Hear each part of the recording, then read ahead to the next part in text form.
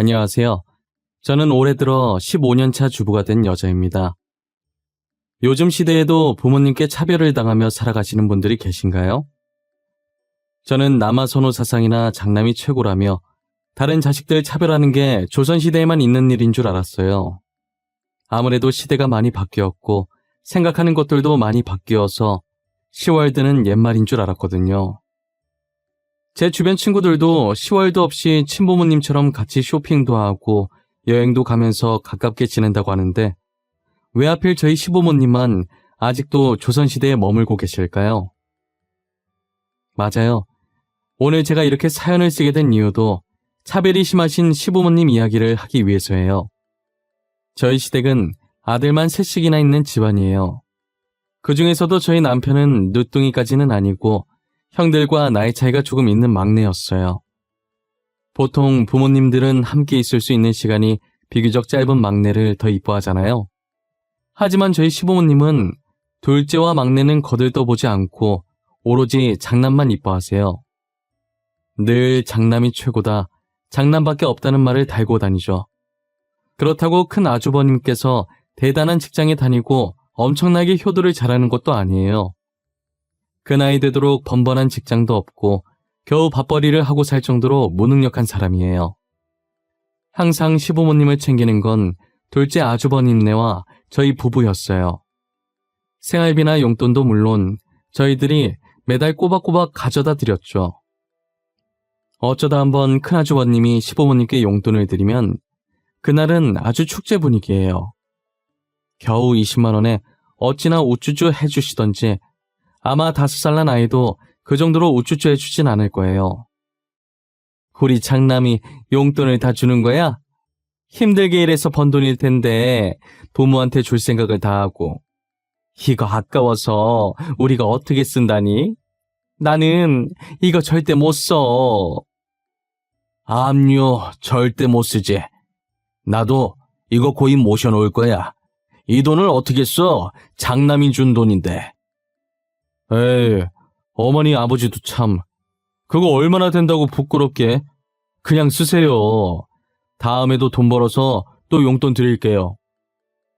누가 보면 20만 원이 아니라 20억을 준 줄 알겠어요. 더구나 매달 주는 것도 아니고 몇 달에 한 번 정말 간혹 주는데도 저 난리를 치세요. 저희가 매달 주는 용돈이 60인데 그건 당연하게 받고 고맙다는 말씀도 절대 안 하시거든요. 그런데 20만 원에 저 정도로 오버할 일인가 싶은 생각이 들었어요. 도대체 왜 이렇게 장남만 이뻐하는지 모르겠더라고요. 혹여나 제가 시댁 식구를 모르던 시절에 작은 아주버님과 남편이 말썽을 많이 피워서 저러나 했어요. 한 번은 차별이 너무 심한 것 같길래 남편한테 하소연을 한 적도 있었어요. 오빠, 어머님 아버님 해도 해도 너무한 거 아니야? 큰 아주버님만 왜 그렇게 이뻐하셔? 작은 아주버님이랑 오빠가 옛날에 말썽 많이 피웠었어? 그래서 저러시는 거야? 우리 말썽 피운 적 없는데. 사춘기도 없이 컸어. 오히려 말썽은 큰형이 피웠지. 우리 부모님 큰형 때문에 학교에도 많이 불려갔었지. 말도 마. 아니 말썽도 피우고 잘난 것도 없는 아주버님을 왜 그렇게 이뻐하시는데? 나였으면 말썽도 안 피워 매달 용돈도 꼬박꼬박 줘. 작은 아주버님이나 당신을 더 이뻐했을 것 같은데. 큰형이 장남이라서 그래. 우리 부모님 되게 가부장적인 분들이거든. 거기다 남아선호 사상까지 있으신 조선시대 분들이지. 나도 가끔 우리 부모님 보고 있으면 답답해. 작은 아주버님이랑 오빠는 서운하지 않아? 매번 이렇게 큰아주버님이랑 차별 당할 때 말이야. 나는 시댁만 가면 항상 짜증나. 매번 자식들 차별하고 며느리까지 차별하잖아. 나는 그냥 그러려니 해. 평생을 이렇게 살아왔으니까. 나이 있으신 분들이잖아. 명절 아니면 갈 일 없을 텐데 조금만 참아줘. 그래도 부모님 덕분에 생활력 하나는 끝내주게 컸어.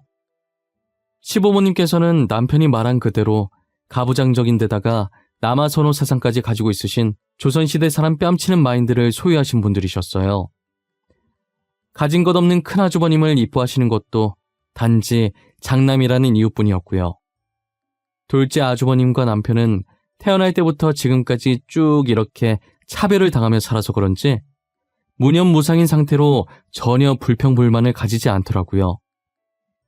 늘 차별받으며 살아오다 보니 학창시절 용돈 같은 것도 만약에 큰형님한테 5만 원 주면 작은 아주버님과 남편에겐 5천 원씩 주고 그러니까 남들보다 아르바이트를 일찍 시작했대요. 사회생활 일찍 해봤고 덕분에 생활력이 강해졌다고 긍정적으로 생각하더라고요. 이걸 좋아해야 하나 말아야 하나 싶은데 남편이 너무 해맑게 웃으면서 말하니 좋은 게 좋다고 저도 그냥 웃고 넘겼어요. 남편은 시부모님이 간혹 잘해주시면 자신들한테 부탁할 게 있나 싶을 정도래요. 오히려 지금처럼 아무 간섭 안 하는 게 더 편하다고 하더라고요. 저는 명절 때만 시부모님을 잠깐 보는 거긴 하지만 그 잠깐도 너무 싫었어요. 시부모님은 자신들이 배 아파 낳은 자식도 차별하는데 며느리라고 차별하지 않는다는 법이 없었죠. 당연히 둘째 형님과 저도 똑같이 차별을 당하고 있었어요. 끼리끼리라는 말이 있듯이 큰형님도 큰아주버님처럼 가진 것 없고 할 줄 아는 것 없는 사람이에요. 하지만 저희 시부모님은 큰며느리라고 큰형님을 큰아주머니만큼이나 끔찍히 아끼세요.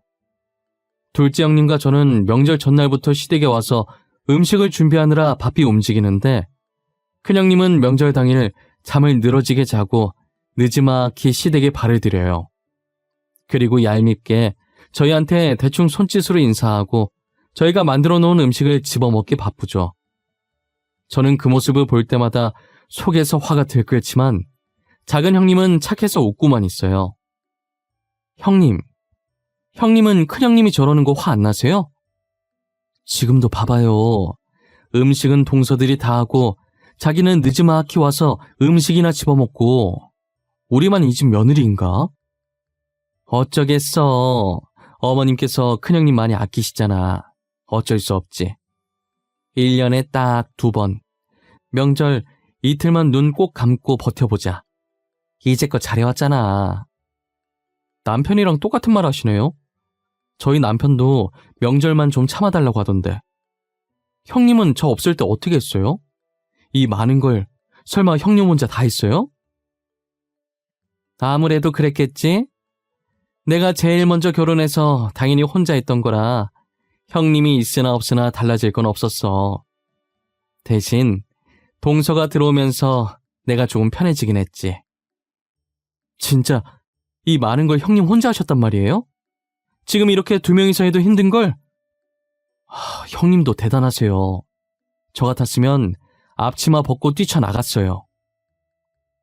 그래도 우리 남편이 나한테 잘하니까 겨우 2번 보는 시부모님 때문에 이혼할 순 없잖아.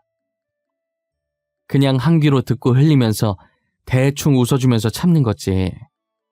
아마 동서도 적응되면 신경 안 쓰일 거야. 작은 형님은 명절만 잠깐 버티면 된다면서 저희 남편과 똑같은 말을 했어요. 저 빼고 다 착해서 시부모님이 차별을 해도 자신들이 참으면 된다고 웃어 넘겼어요. 저만 혼자 속에서 열불이 끓어오르고 있는 거죠. 이대로 있다간 언제 한 번은 정말 제대로 터지겠다는 생각이 들었어요. 큰형님은 이런 저의 마음을 아는지 모르는지 계속 저희 앞에 알짱거리면서 손가락으로 튀김이나 전을 뒤적거리면서 주워 먹고 있었어요. 앞에 있는 거 아무거나 주워 먹으면 될 걸 굳이 또 뒤적이면서 고르는데 얼마나 화가 나던지요. 저희가 전 같은 건 전날에 구워두는데 튀김은 시간 지나면 눅눅해져서 당일 오전에 튀긴단 말이에요. 오전에 일찍 일어나 어제 하루 종일 음식 준비한다고 피곤한 몸 이끌고 튀김을 튀기고 있는데 자기 집에서 늦게까지 자고 온 형님이 저러고 있으니 갑자기 짜증이 올라왔어요. 저는 일부러 큰형님 앞에서 튀김을 집던 집게를 탁 소리 나게 힘껏 내려놨어요. 거의 던졌다고 볼 수 있을 만큼 신경질적으로 내려놓았죠. 옆에서 큰형님이 먹은 튀김 채우고 있던 작은 형님은 놀라서 움찔거리고 큰형님도 전을 집으려던 손을 멈추고 동서들 고생하는데 자기는 잭이라도 닦아줘야겠다며 거실로 슬금슬금 나가시더라고요. 잭이 닦는 일이 별로 어려운 일은 아니지만 뭐라도 한다고 하니 화를 조금 가라앉혔어요. 저는 당연히 형님이 제기를 닦는 줄 알고 튀김을 마저 튀겼죠. 그런데 웬걸?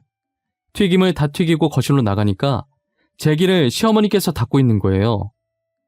제기를 닦고 있는 시어머니와 깨끗해진 제기를 옮기는 시아버지, 그리고 소파에 앉아 TV를 보며 웃는 큰아주버님과 큰형님. 제 눈앞에 펼쳐진 이 그림이 맞는 건가요? 잘못돼도 한참 잘못된 그림 아닌가요? 어디서부터 잘못됐길래 이런 상황이 펼쳐지게 된 것일까요? 분명 제기를 닦겠다고 거실로 나갔던 큰형님은 어느새 소파에 앉아서 개그 프로그램을 켜놓고 배꼽 잡으며 웃고 있고, 며느리 대신 시부모님이 제기를 닦고 있는 어처구니 없는 이 상황 말이에요. 저만 지금 이해가 안 되나 싶어서 얼빠져 있는데, 저를 뒤따라 나오던 작은 형님도 그 모습을 보고선 한숨을 한번 내쉬더니 그럴 줄 알았다는 듯 고개만 좌우로 흔드시더라고요. 어머님, 아버님, 지금 뭐하고 계시는 거예요? 왜 제기를 두 분이서 닦고 계세요? 너는 막내가 돼서 어디 손이인 큰형님한테 제기 닦으라고 시켜? 차라리 나한테 닦으라고 하지 그랬니? 음식 하나 한다고 그렇게 유세를 떨어? 큰형님이 그래요? 제가 시켰다고요? 저 큰형님한테 제기 닦으라고 시킨 적 없어요. 큰형님이 알아서 제기 닦겠다고 거실로 나간 거지. 큰형님, 제 말이 틀려요? 막내야, 그만하거라. 며느리가 시애미한테 따박따박 말 대답하는 거 보기 좋지 않구나. 그리고 어디 손아래 사람이 손위 사람한테 화를 내나? 아유, 좋은 날 다들 왜 이러실까. 다들 그만하세요. 간만에 가족끼리 모였는데. 동서, 일하느라 힘들었지? 나랑 같이 방에 들어가자, 응? 저는 이왕 말 시작한 거 그간 쌓였던 것들 다 토해내고 싶었는데 작은 형님이 말리셔서 참았어요. 시어머니는 작은 형님 손에 이끌려 방으로 들어가는 제게 삿대질하며 싸가지가 없다면서 어디서 버르장머리 없이 막내가 큰 소리 치냐며 막말을 해댔어요. 와중에 큰형님은 시부모님 옆에 꼭 붙어서 화풀 나며 시어머니 어깨를 주물러드리고 자기 잘못이라면서 시어머니 손에 들린 행주를 뺏어들어 제기를 닦는 신용하더라고요. 때리는 시어머니보다 말리는 신우가 더 밉다고 시부모님과 큰형님을 보니 딱 그 짝이었어요. 저는 작은 형님과 방에 들어와서도 분이 풀리지 않았어요. 작은 형님과 저는 번듯한 직장에 다니고 있고 작은 아주버님과 남편도 대기업에 다니고 있고 저 두 사람보다 훨씬 시부모님한테 잘하는데 왜 저희가 이런 신세를 살고 있는지 모르겠어요. 큰아주버님을 너무 오냐오냐 키워서 그런지 여전히 혼자서는 자기 앞가림도 잘 못하시고 시부모님 도움 없인 살 수 없는 사람이에요. 직장도 중소기업보다 못한 곳에 가서 월급 적게 받고 생활비 다 떨어지면 시부모님께 용돈도 받아요. 이제 곧 있으면 40대가 되는데 아직도 부모님 용돈을 받는다는 게 말이 되나요? 아마 그 돈도 다 저희가 주는 생활비랑 용돈에서 나가는 걸 거예요. 그리고 저희 큰형님도 큰 아주버님과 별반 다를 바 없었죠. 큰형님은 식당에서 아르바이트나 하고 살면서 아주버님 등에 업고 시부모님 사랑을 왕창 받아요. 시어머니는 저희가 회사에서 편히 앉아서 일할 때 큰형님은 힘들게 식당에서 일한다면서 명절엔 저희에게 일을 시키고 큰형님에겐 힘들었으니 쉬라고 하세요. 솔직히 사회에 나가면 잘난 사람들한테 치여서 기도 못 필 사람들이거든요. 그런데 여기서만큼은 어깨 피고 다닐 수 있으니 얼마나 명절이 기다려지겠어요. 작은 형님은 방문을 닫더니 저더러 불쌍하니까 하루라도 대접받는 기분 만끽하게 냅두라고 자신도 그런 마음으로 살고 있다고 저한테도 그런 마음으로 살라고 했죠. 동서, 우리가 참아주자. 다르게 생각하면 아주버님이랑 형님도 불쌍하잖아. 아주버님은 월급이 적어서 아직까지 부모님한테 용돈 받지, 형님은 아르바이트 하시지. 보면 짠해. 그렇게 말씀하시니까 그렇긴 하네요. 저희는 안정적인 직장에 월급도 따박따박 받으니까. 여기 아니면 어깨 피고 다닐 곳도 없어. 그러니까 우리가 그냥 넘어가자. 그리고 괜히 좋은 날 핏대 세우며 싸워봤자 시끄럽기만 하지 좋을 것 없어. 작은 형님 말처럼 저도 그렇게 생각하니 화가 난다기보다 오히려 큰형님네가 안타까워졌어요. 시끄러웠던 명절이 지나고 그 뒤로 2년간 시부모님이 차별하셔도 꾹 참았어요. 그러다 저는 임신을 하게 됐고 남편을 쏙 빼닮은 귀여운 딸을 낳았어요. 작은 형님네는 딩코족이라 아이를 낳지 않았고 큰형님네는 2살 터울인 딸과 아들을 키우고 있었어요. 저는 시부모님께서 남아선호 사상이라고 들었는데 큰형님네 딸을 아들 못지않게 이뻐하시더라고요. 그래서 저는 어린 손자들은 차별을 안 하시는 줄 알았었어요. 하지만 제 예상은 완전히 빗나갔고 그저 큰아주버님 핏줄이라서 이뻐했던 것이었어요. 시부모님은 제가 딸을 낳았다고 하자 아들이 아니라는 것에 상당히 실망하셨고 제 딸을 보고 싶어 하지도 안아보고 싶어 하지도 않으셨어요. 명절에 제가 아이를 데리고 가도 본체만체 하시고 큰형님네 아이들 놀아주기 바쁘셨죠. 원래 차별이 심한 분들이시라는 건 알았지만 어린 아이한테까지도 그럴 줄은 몰랐어요. 아이들은 성인보다 더 상처를 잘 받고 심하면 트라우마까지 생길 수 있는데 말이에요. 아이들도 어려서 말은 잘 못하지만 누가 자신을 좋아하고 싫어하는지 다 느끼고 있어요. 그래서 저희 딸은 할머니 집 가자고 하면 안 가려고 드러누워서 울고불고 난동을 피웠죠. 시부모님은 저희 딸이 초등학교 들어갈 때쯤 드디어 관심을 주시는가 했어요. 이제 초등학교 들어갈 나이 아니냐며 어느 학교 갈지 정했냐고 물어보셨죠. 주영이 내년에 초등학교 들어가지? 어디 학교 들어갈지 정했니? 지금부터 천천히 준비해야 할 때 아닌가? 아직까지 확실히 정해진 건 없는데 집이랑 가까운 초등학교 가지 않을까 싶어요. 저희가 등하교 시킬 수 있는 곳으로요. 아마 땡땡 초등학교에 갈 확률이 높을 것 같아요. 땡땡 초등학교?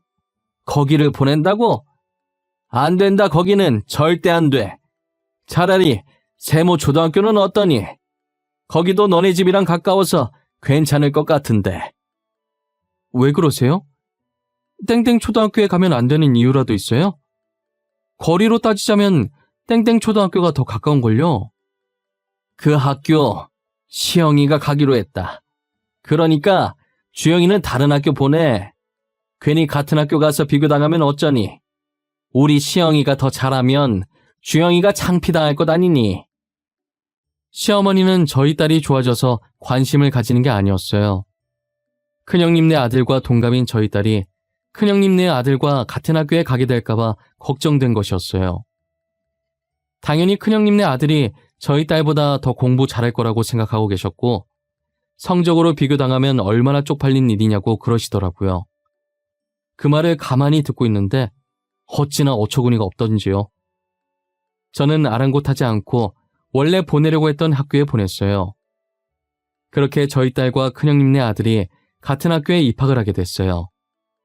운명의 장난 같게도 저희 딸과 큰형님네 아들이 같은 반에 들어가게 된 거예요. 시부모님에게 사랑을 받던 조카는 버릇이 나빴는데 집에서 하던 대로 학교에서도 딸을 괴롭혔었나 봐요. 그런데 저희 딸은 당한 게 한두 번이 아닌지라 자신에게 어떻게 하든 조카를 다 무시했다더라고요. 딸을 이용해서 자신이 센 사람임을 증명하고 친구를 사귀려고 했는데 오히려 딸이 조카를 무시하고 다니면서 친구들이 멋있다고 말 걸고 그랬대요. 졸지에 조카는 낙동강 오리알 신세가 되었고 자존심은 있어서 저희 딸에게 같이 놀자고 말도 못했죠. 그게 큰형님 귀에 들어갔고 큰형님은 하소연하듯 시부모님께 말한 거예요. 너는 애 가정교육을 어떻게 시키는 거냐? 도대체 어떻게 시켰길래 나쁜 버릇을 들인 거냐고. 못된 짓은 빨리 배운다더니 네 딸이 학교에서 우리 손자 왕따 시킨다면서? 저희 딸이 시영이를 왕따 시킨다고요? 아니에요. 무슨 소리를 하시는 거예요? 어디서 뭘 듣고 이러시는 건지는 모르겠지만 오히려 시영이가 저희 딸 괴롭히고 다닌다고요. 시영이한테 직접 들었는데 그럼 우리 손주가 거짓말 했다는 거니? 니네 딸이 왕따 시킨다고 애가 아주 울고불고 난리도 아니야. 시영이가 직접 말했다고요? 어머님, 아니에요. 절대 아니에요. 그 반대 상황이라고요. 시영이가 학교에서 저희 딸 괴롭히고 다녔다니까요. 내가 이 사달 날 줄 알았어. 그래서 같은 학교 보내지 말라고 했던 건데 결국 일을 치는구나. 하긴 엄마 닮았으니 성질이 드셀 수밖에 없지. 시어머니는 제 말을 들으려고 하지도 않고 조카 말만 듣고 저와 딸아이를 나무랐어요. 계속 아니라고 해봤자 제 말은 믿어주지 않을 걸 알아서 이제 그냥 해탈의 경지에 이르렀어요. 옆에서 듣고 있던 딸아이도 자신이 피해자라며 억울해하긴 마찬가지였어요. 딸아이가 다음날 학교에 갔더니 조카가 자신을 보자마자 메롱을 했다는 거예요. 메롱하는 조카를 보고 딸은 제가 조카 때문에 시어머니께 혼나던 게 생각이 나서 잠시 울컥했는데 괜히 조카에게 한 방 먹이려다가 제가 더 혼날까봐 참았다고 하더라고요. 대신 코를 납작하게 하고 싶어서 공부를 엄청나게 열심히 했대요.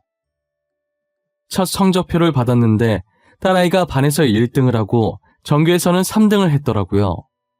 조카는 어떻게 됐냐고 물어봤더니 딸이 손으로 입을 막으면서 웃더니 반에서 3등을 했다는 거예요. 제가 그래도 잘했네 라고 했더니 아니라고 뒤에서 3등이라면서 배꼽 잡고 웃더라고요. 솔직히 저도 뒤에서 3등이라는 말에 푹 하고 웃었다가 그래도 할머니 집 가면 그 얘기 꺼냈다간 혼나니까 입 조심하고 그 얘기가 다른 사람 통해서 밖으로 나오게 되더라도 절대 웃지 말라고 했어요. 조카는 자신의 성적을 보고 충격을 받았는지 학교에서 공부를 엄청 열심히 한다더라고요. 정말 열심히 했는지 다음 시험에는 전교 20등 했다는 거예요. 저희 딸은 여전히 반에서 1등이고 전교에서는 2등을 했고요. 조카는 저희 딸을 라이벌로 생각하고 공부를 악착같이 했어요. 하지만 한 번도 저희 딸을 이긴 적이 없었지만요. 시어머니는 저희 딸이 공부를 잘하는 게 마음에 안 들었던 모양이에요. 왜 계속 손자보다 성적이 좋냐고 화를 내시더라고요. 주영이 너 일부러 그러는 거냐? 우리 시영이 괴롭히려고 일부러 이러는 거냐고? 왜 계속 너가 반에서 1등인 거야? 어? 시영이가 저희 딸보다 공부 못하는 걸 왜 저희한테 따지세요? 시영이 보고 공부 더 열심히 하라고 하세요. 엄한 사람 잡지 마시고요. 뭐? 너 지금 말 다 했어? 너네 분명 뭔가 있어. 너 설마 선생 매수했니? 니네 딸 1등 만들어달라고 돈 찔렀냔 말이야. 아님 컨닝이라도 한 거야? 어머님, 말이 너무 심하시네요. 적당히 좀 하세요.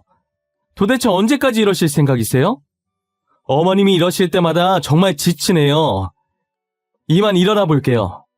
저는 딸아이를 데리고 집으로 갔고 시어머니는 어른이 말하는데 일어난다고 화를 내셨어요. 저한테 모진말 하는 건 다 참을 수 있는데 저희 애한테까지 이러니 진절머리가 났어요. 그날 있었던 일을 전부 남편한테 말했고 남편도 화가 나서 시어머니한테 전화해서 따지더라고요. 아무리 손자가 더 좋다지만 남의 자식한테 상처 주면서까지 그래야겠냐면서요. 그래도 남편이 화내는 모습을 처음 봐서 그런지 시어머니께서는 자신이 흥분해서 말을 막 한 것 같다고 사과를 하시는 거예요. 의외의 반응에 남편도 저도 당황했지만 다음부터 그러지 마시라고 하고 전화를 끊어버렸어요. 그리고 얼마 지나지 않아 명절이 다시 돌아온 거예요. 작은 형님과 저는 음식 준비를 끝마치고 방으로 들어왔고 시어머니는 저희 딸을 부르더라고요. 평소와 다르게 엄청 상냥하게 부르길래 무슨 일로 불렀나 살짝 쳐다봤어요. 시어머니는 딸을 보고 웃으시면서 무어라 말을 하더니 세탁기 앞으로 데리고 가더라고요. 그러더니 딸한테 세탁기 작동법을 알려주시더니 안방에 가서 빨래들 가지고 오라는 거예요. 딸은 일단 할머니가 시키시니 군말 없이 빨래를 가지고 왔어요. 시어머니는 딸이 가져온 빨래를 보더니 아까 알려준 대로 해보라고 하는 거예요. 주영아, 아까 할미가 알려준 거 기억하지? 그거 그대로 한번 해볼래? 빨래는 이렇게 하는 거야. 앞으로 너가 할미 집 오면 이렇게 알려준 대로만 하면 돼. 알겠어? 어머님, 지금 뭐 하시는 거예요? 저희 딸한테 뭘 시키는 거냐고요? 빨래하는 걸 왜 가르쳐주고 계세요? 그리고 왜 여기 오면 이걸 해야 하는 건데요? 아이 깜짝이야. 주영이 애미 언제부터 여기 있었냐? 아니, 어차피 크면 다 하게 될 건데 일찍 알려두면 좋지 않니? 그냥 이런 게 있다는 거 알려주고 있었어. 거짓말 치지 마세요. 어머님이 좋은 의도로 알려주셨겠어요? 퍽이나요. 저희 딸 부려먹으려고 가르치시는 거잖아요. 주영이 이제 겨우 8살이에요. 예, 누가 보면 내가 못된 거 가르치는 줄 알겠어. 집안일 좀 가르치는 게 그렇게 잘못했니? 내가 애를 잡아먹기를 했어? 뭘 했어? 겨우 빨래 설거지 가르쳤어. 그럼 큰형님네 딸한테도 알려주셨어요? 아니잖아요. 저희 딸한테만 이러는 거잖아요. 시어머니가 아직 어린 저희 딸에게 벌써부터 집안일을 시키려고 하는 거예요. 학교 생활이나 성적으로 화내는 거 다 참을 수 있었어요. 하지만 이건 시어머니께서 도가 지나친 것 아닌가요? 초등학교 입학한 지 이제 겨우 반년 조금 지난 애한테 집안일이라뇨. 시어머니는 어차피 커서 해야 할 거 미리 알려주는 것뿐이라고 했지만 큰형님 딸한테는 집안일 가르친 적 단 한 번도 없었어요. 시어머니 말대로라면 큰형님 딸한테도 알려줘야 하는 게 맞지 않나요? 저는 결국 못 참고 시어머니께 소리를 질렀고 제 목소리에 다들 이쪽으로 몰려들더라고요. 딸은 무서워서 제게 달려와 제 다리만 붙잡고 뒤에 숨어 있었고 남편은 무슨 일이냐고 물었어요. 저는 남편에게 전부 다 말했고 남편도 더 이상 못 참겠는지 시어머니한테 소리를 지르더라고요. 차별하는 건 우리면 족하지 않냐고 왜 어린애까지 건드냐고 하면서요. 다시는 시댁과 연락하지 않겠다고 생활비도 용돈도 주지 않을 거라고 하면서 남편은 저와 딸을 데리고 시댁에서 나왔어요. 저희는 정말 시댁과 연을 끊고 지냈으며 생활비도 일체 주지 않았어요. 그렇게 몇 년이라는 시간이 흘렀고 둘째 형님과는 연락을 하고 지내서 간간히 시댁 소식을 듣긴 했어요. 지금 시댁도 그렇고 큰형님도 그렇고 큰 아주머님 때문에 제정신이 아니라고 하는 거예요. 할 줄 아는 것도 없고 가진 것도 없는 양반이 헛바람이 들어서 갑자기 사업을 하겠다고 날뛰었고 시부모님은 장남하고 싶은 거 다 해봐야 한다면서 있는 돈 없는 돈 다 끌어서 줬나 봐요. 큰아주버님께 헛바람 넣은 게 큰아주버님 친구분이셨고 돈만 주면 알아서 다 해주겠다는 말만 믿었는데 결국은 친구한테 사기당해서 그 돈을 다 날려먹었다나 봐요. 시부모님이 큰아주버님께 준 돈에 갯돈도 포함되어 있었나 봐요. 그래서 급한 대로 시댁을 팔고 갯돈 채워놓고 시부모님은 월세로 이사를 갔다더라고요. 게다가 큰아주버님이 큰돈 만져보겠다고 형님 몰래 집을 담보로 대출받아서 집은 경매로 넘어갔고 오갈 곳 없어지자 시부모님께 빌부터 산다고 하더라고요. 그렇게 애지중지 여기던 큰아주버님이 사고를 치고 다니고 결국 고생하는 건 시부모님이었어요. 큰아주버님이 사고를 치고 당연히 스트레스 받은 건 작은 아주버님네였어요. 시부모님은 큰아주버님이 친 사고를 작은 아주버님 보고 수습해달라고 하신 거예요. 작은 아주버님과 작은 형님은 정말 온순하고 착하신 분들이었어요. 저와 남편은 건들지만 않으면 괜찮지만 조금이라도 건들면 욱하는 성격이었거든요. 그래서 시부모님께 할 말 다 하고 그랬는데 작은 아주버님네는 싫은 소리 절대 못하세요. 그런데 이번 일은 작은 아주머님네가 봐도 경우가 아니었던 거죠. 사고는 형이 쳤는데 수습은 동생 보고 하라니 이게 무슨 상황인가요? 한두 살 먹은 어린애도 아니고 그렇다고 감당 가능할 자그마한 사고가 터진 것도 아니니 말이에요. 작은 아주머님은 처음으로 시부모님 부탁을 거절했다더라고요. 그랬더니 시부모님이 작은 아주머님네 찾아가서 돈 달라고 행패 부리고 말이 아니었다고 하는 거예요. 결국 이대로는 안 되겠다 싶어서 작은 아주머님네도 시댁과 연을 끊어버리고 이사를 갔다고 하더라고요. 계속 연락이 와서 전화번호를 바꿀까 하다가 일 때문에 바꾸진 못하고 시댁 식구들을 차단했대요. 그리고 저도 몰랐는데 제가 잠시 친구랑 놀러 갔을 때 시부모님이 저희 집에도 찾아왔었다더라고요. 누군가 문을 부서져라 두드리길래 남편이 인터폰으로 확인했는데 시부모님이어서 어이가 없었대요. 철판을 얼마나 깔았길래 저희 집에 다 오냐고 하면서요. 당연히 남편은 집에 아무도 없는 척을 했고 하도 시끄럽게 문을 두드리고 소리 지르니 주민들이 신고해서 시부모님은 경찰에 끌려나갔다더라고요. 작은 아주버님네도 저희도 이젠 시부모님이라고 하면 정말 치가 떨려요. 저희 딸한테 한 행동을 생각하면 우연이라도 마주치고 싶지 않아요. 저는 절대 시부모님처럼 살지 않겠다고 다짐했어요. 뿌린 대로 거둔다와 같은 말처럼 남에게 상처를 주게 되면 언젠간 다 자신에게 돌아가는 법이에요. 여러분들도 남 괴롭혔다가 나중에 후회하지 말고 나 자신을 위해서 열심히 살아가길 바랍니다. 오늘 하루도 행복하게 보내시길 바라며 지금까지 제 사연 들어주셔서 진심으로 감사합니다.